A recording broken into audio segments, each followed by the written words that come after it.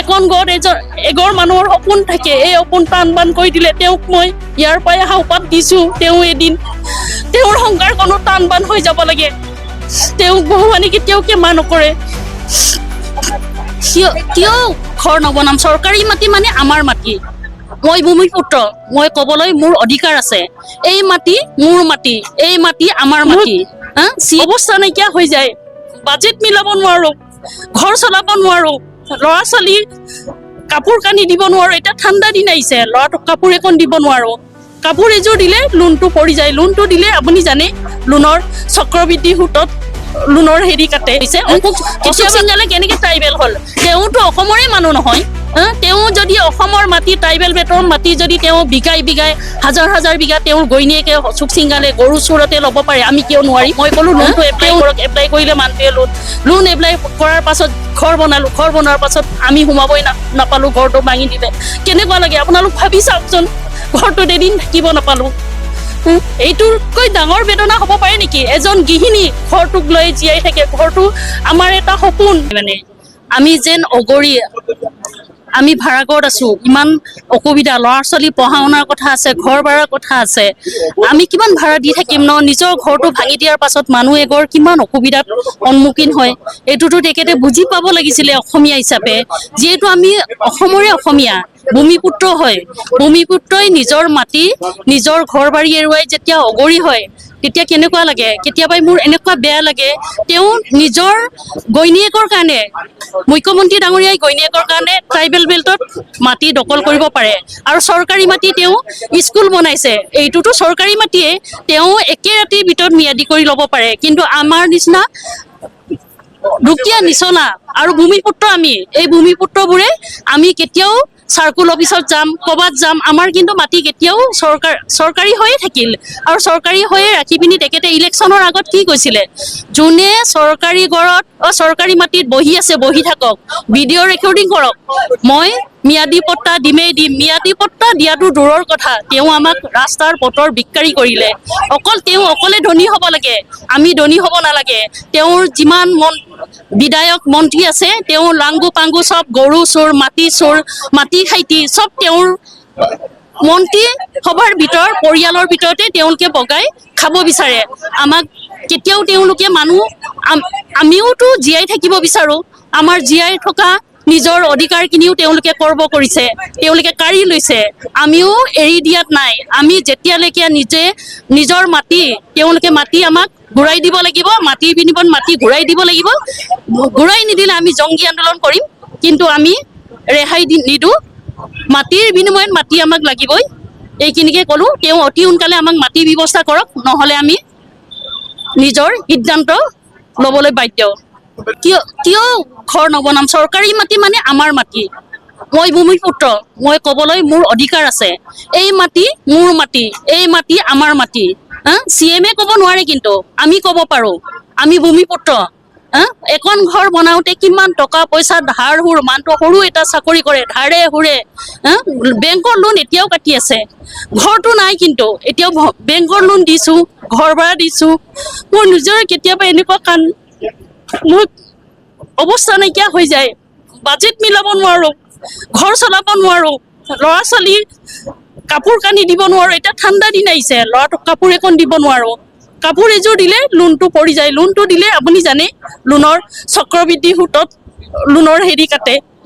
কেতিয়াবা আমি দুটাই কথা পাতোঁ, এনেকৈ হ'লে কেনেকৈ হ'ব? আমাৰ মাটি আমাক ঘূৰাই দিবই লাগিব।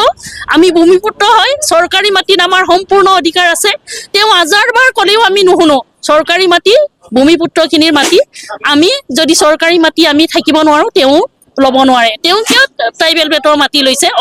অশোক সিংহালে কেনেকৈ ট্ৰাইবেল হ'ল? তেওঁতো অসমৰে মানুহ নহয়। তেওঁ যদি অসমৰ মাটি, ট্ৰাইবেল বেল্টৰ মাটি যদি তেওঁ বিঘাই বিঘাই হাজাৰ হাজাৰ বিঘা তেওঁৰ ঘৈণীয়েকে অশোক সিংহালে গৰু চোৰতে ল'ব পাৰে, আমি কিয় নোৱাৰিম? তেওঁ নিজে বিজেপিত যেতিয়া আহিছে, তেওঁ নিজে বাকনত কৈছিলে, তেওঁ আমাৰ ৰাস্তাটো, তেওঁ যেতিয়া মানুহজনটো একে, তেওঁতো কংগ্ৰেছৰ দিনত উন্নয়ন মন্ত্ৰী আছিলে গুৱাহাটীৰ, তেতিয়া তেওঁ আমাৰ ৰাস্তাটোক তেওঁ ধুনীয়াকৈ এলট কৰি দিছিলে আৰু তেওঁ উদ্বোধনী কৰিব আহিছিলে। তেওঁ যেতিয়া ঘৰটো উদ্বোধনী কৰিছে, তেতিয়া আমি ভাবিলোঁ, ছাৰে যেতিয়া কৈছে, তেওঁ এতিয়াতো বিজেপিলৈ আহিলে তেওঁ যদি ম্যাদী পট্টা দিম কৈছে আমি ঘৰটো বনাই পেলাওঁ। মই ক'লো লোনটো এপ্লাই কৰক, এপ্লাই কৰিলে মানুহটোৱে লোন এপ্লাই কৰাৰ পাছত ঘৰ বনোৱাৰ পাছত আমি সোমাবই নাপালো, ঘৰটো ভাঙি দিলে। কেনেকুৱা লাগে আপোনালোক ভাবি চাওকচোন, ঘৰটোত এদিন থাকিব নাপালো। এইটোতকৈ ডাঙৰ বেদনা হ'ব পাৰে নেকি? এজন গৃহিণী ঘৰটোক লৈ জীয়াই থাকে। ঘৰটো আমাৰ এটা সপোন, এখন ঘৰত এঘৰ মানুহৰ সপোন থাকে। এই সপোন টান বান কৰি দিলে। তেওঁক মই ইয়াৰ পৰাই আশীৰ্বাদ দিছো, তেওঁ এদিন তেওঁৰ সংসাৰখনো টান বান হৈ যাব লাগে। তেওঁক ভগৱানে কেতিয়াও ক্ষমা নকৰে। এতিয়া চাওক, আমাৰ আজি 4 বছৰ হৈ গ'ল।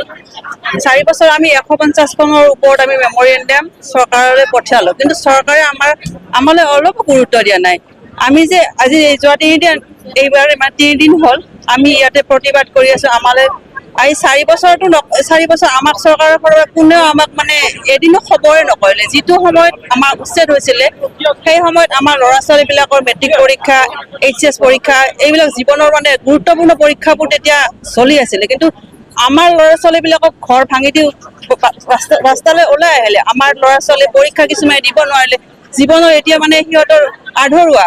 কিন্তু তেখেত মন্ত্ৰী মিনিষ্টাৰৰ ল'ৰা ছোৱালী আজি ক'ত পঢ়ি আছে? বাহিৰত পঢ়ি আছে। তেওঁলোকৰ ল'ৰা ছোৱালীবিলাকৰ কাৰণে তেওঁলোকে চিন্তা কৰিছে, আমাৰ ল'ৰা ছোৱালী কিন্তু ৰাস্তালৈ উলিয়াই আনিলে।